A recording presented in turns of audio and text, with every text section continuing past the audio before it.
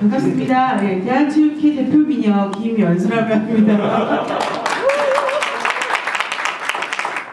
회사에 누가 되는 발언을 했는데요. 사실 거창하게 제가 뭐 과거, 현재, 미래를 말씀드릴 그런 입장은 사실 아니고, 저도 사실 우리 그 김강원 이사장님하고 작년에 처음 인연을 맺게 되면서 은퇴선수들을 비롯한 단체들의 여러 가지 애로사항이나 어려움들을 조금은 좀 느낄 수 있었고, 그런 면에서 지금 이제 시대적 흐름 아니겠습니까? 우리 은퇴 선수들을 어떻게 우리 체육 현장에 보듬고 여러분들에게 기회를 드리느냐라는 것이 지금 화두가 되고 있습니다. 그래서 그런 과정들 속에서 실질적인 도움이 되고 또 정말 필요한 부분들을 저희가 찾아서 해드리는 것이 저희가 대한체육회와 비롯한 또 정부, 국가가 해야 될 사명이라고 생각하고 있습니다. 지금 사실 그 뭐 스포츠 10대 강국이라는 이름표를 우리 대한민국이 갖고 있지 않습니까? 그런데 그 이면에 은퇴 선수들이 은퇴한 이후에 일자리를 갖지 못하고 생활조차 제대로 되고 있지 않은 여러 가지 어려움들이 있으시다는 것들을 직간접적으로 저희가 지금 접하고 있는데요. 사실 저도 체육회에서 근무하고 있지만 그렇게 가까이 느끼고 있지 못하는 것이 현실인 것 같습니다. 그래서 그런 부분들을 조금 더 저희가 가까이서 들여다보고 오늘 이 자리에서 해주시는 여러 가지 말씀들을 제가 잘 듣고 귀담아서 제가 또 할 수 있는 부분, 건의할 수 있는 부분까지 잘 전달하도록 하고자 하는 그런 사명감으로 오늘 참석을 하게 됐습니다. 제가 여러 가지 자료들 통해서 좀 몇 가지 접하게 된 내용 중에서 은퇴 선수들의 평균 연령이 혹시 몇 세인지 아세요? 여러분들? 23.8세라고 하더라고요.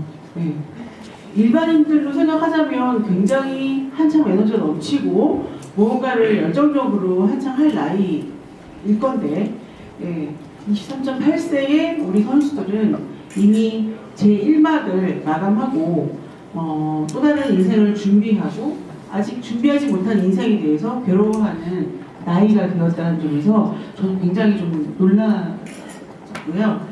또 사실은 이제 선수로서 어떤 실적 성과를 내기 위해서 자신의 미래를 준비하는 연습을 그동안 대부분을 못하고 있었고 이제 조금 사회적인 분위기 속에서 준비해야 하지 않을까?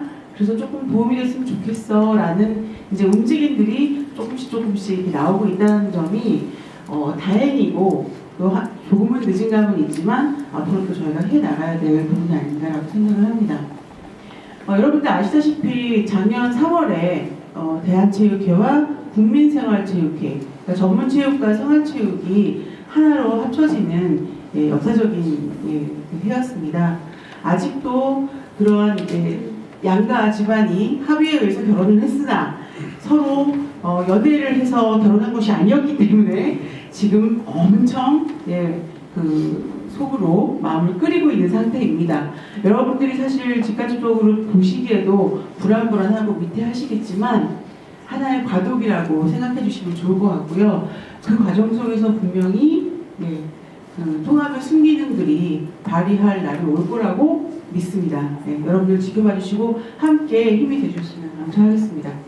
그래서 지금 현재 이기흥 회장님께서는 저희 대한체육회가 설립된 지 100주년을 맞이하는 2020년을 대비해서 대한체육회가 나아가야 할 새로운 방향들, 또 우리가 중점적으로 챙겨야 될 방향들을 스포츠 2020 아젠다라고 해서 지금 저희가 아주 머리를 싸매고 만들어 나가고 있습니다. 그 중에 굉장히 많은 부분, 또 중요한 의미를 갖고 있는 부분 중에 하나가 바로 은퇴 선수에 대한 지원과 관리 그런 정책들입니다. 그 중에서 지금 하나의 안으로 되고 있습니다만 대한체육회에서는 체육인 교육센터를 설립을 해서 그동안 이제 크고 작은 교육과 지원 체계들이 있었지만 이것들을 하나의 중앙센터 형태로 운영을 해서 각 지역별 또 종목별 우리 은퇴 선수들이 교육을 받고 또 이렇게 힘을 받으실 수 있도록 하는 그런 체계적인 시스템을 운영을 할 계획을 가지고 있습니다. 그리고 사실 이제 통합의 그 좋은 하나의 효과라 그럴까요? 이제 순기능 중에 하나는 그동안 생활체육의 현장에서는 정부가 배출한 소위 말하면 생활체육 지도자 자격을 가지고 계시거나 민간 자격을 가지고 계신 그런 지도자들을 주로 생활체육에서 지도 인력으로 활용하고 있었습니다. 왜냐?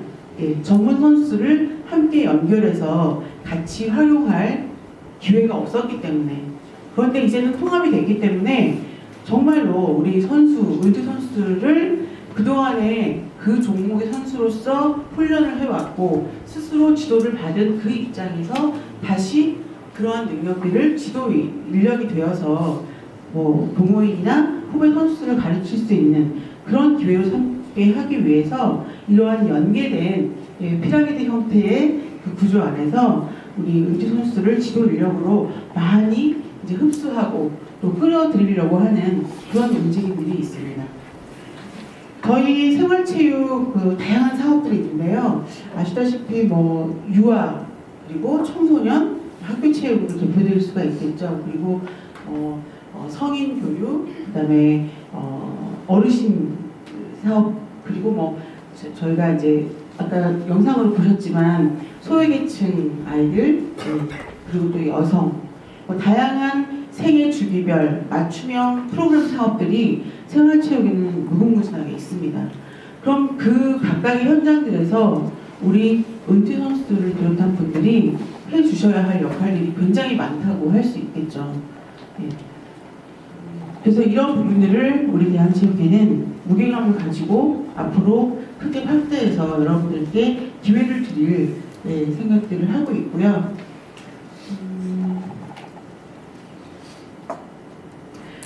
제가 오늘 이제 이 자리에 오기 전에 각 사업별로 우리 지도자, 지도 인력들을 채용하고 활용하는 데 있어서의 기준들을 한번 좀 살펴봤어요. 그래서 예전에는 그야말로 국민체육진흥법에서 명시하고 있는 소위 말하면 각종 지도자 자격증을 소지하고 계신 분들을 주로 지도 인력으로 활용했는가 하면 최근 들어서 저희가 통합 이후에 각 사업별로 사업 지침이나 인력 채용에 대한 기준을 명시하고 있는 자료를 보다 보니까 이런 자격 소지자는 물론이고 또 그 각각의 종목 단체에서 시행하고 있는 이제 양성 과정, 또 자격 취득 과정을 가지고 계신 분들, 그리고 해당 종목의 각각의 클럽이나 어떤 팀들의 코치나 감독 경험을 가지고 3년 이상 활동하신 분, 거기에 이제 고무적인 부분은 해당 종목의 선수 출신으로서 이제 경기 실적 증명서를 제출 가능한 분이면 지도 인력으로 가능하다라는 조항들이 예전 생활체육 사업들을 진행하던 사업 지침에서 이제 바뀐 부분들입니다. 그렇다면 제가 이제 현장에 계신 분들께 조금은 불만성 띠고 이제 애로사항으로 들었던 부분이 뭐냐면 나는 선수로서 운동만 했어요. 자격증 취득을 아무것도 못했어. 근데 지도자로서 뭔가 내가 채용 조건을 맞으려면 자격증을 가지고 있어야 한대요. 어떻게 하라고? 이런 부분들을 많이 말씀하셨는데 저희가 이제 그 생활체육 각종 사업을 진행하는 데 있어서 이렇게 조금씩 변화되고 있고 여러분들을 수용하고 맞이할 준비들을 하고 있다는 말씀을 드리면서 조금은 안심시켜드리고 싶어서 제가 그 부분 공부를 좀 해보고 왔습니다.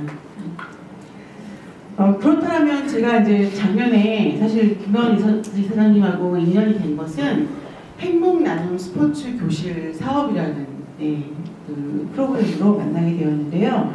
이 사업은 이제 그 소외계층 아동들, 지역 아동센터라든지 탈북 청소년 학교, 소년원, 기타 등등의 이제 그런 부모님이나 환경적인 이유로 체육 활동을 즐길 수 없는 아이들에게 이제 기회를 주기 위한 사업인데 특히 이 사업은 지도 인력을 은퇴 선수를 주강사로 해야 된다라는 두 가지 주요한 목적을 가지고 진행됐던 사업이었어요. 그래서 뭐 테니스나 배드민턴과 같은 종목 단체도 운영을 실질적으로 했었고 23종목에서요. 그리고 은퇴 선수 관련 단체, 그러니까 여기 계시는 우리 한기범 흥학나눔 재단을 비롯해서 양민혁재단, 장미란재단, 올림피아협회, 그리고 국가대표 선수회와 같은 단체들로 참여를 했고요. 작년에 사실 처음으로 우리 그 사회적 협동조합으로 이제 첫 걸음발을 뜨신 우리 김경원 이사장님도 2년이 되어서 이렇게 이제 사업을 진행을 하게 됐는데요.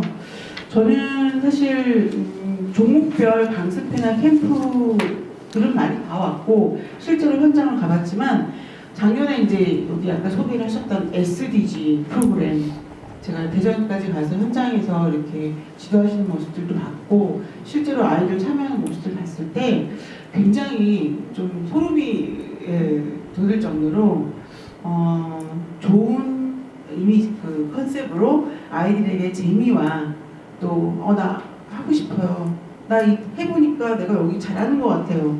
이런 어떤 동기부여가 되는 것들을 이렇게 고스란히 전달해 주시고 또 아까 말씀 소개를 다 하셨지만 나는 농구선수 출신이에요, 야구선수 출신이에요 라고 하시지만 정말 정성을 다해서 아이들과 눈높이를 맞춰주시고 하이파이브를 해주시면서 뭔가 부모님이 바빠서 사랑을 주지 못하고 경제적으로 어려움이 있어서 내가 다른 아이들 다 하는 그런 농구공조차도 제대로 만져볼 수 없었던 아이들에게 정말 한바구음을 짓고 정말 땀을 뻘뻘 흘려가면서 뛰는 그런 장면들이 연출됐을 때 잘하고 있구나, 우리가 지금 잘하고 있는 거구나 라는 뭐 그런 성취감도 느꼈고 보람도 느끼고 올 수 있었습니다.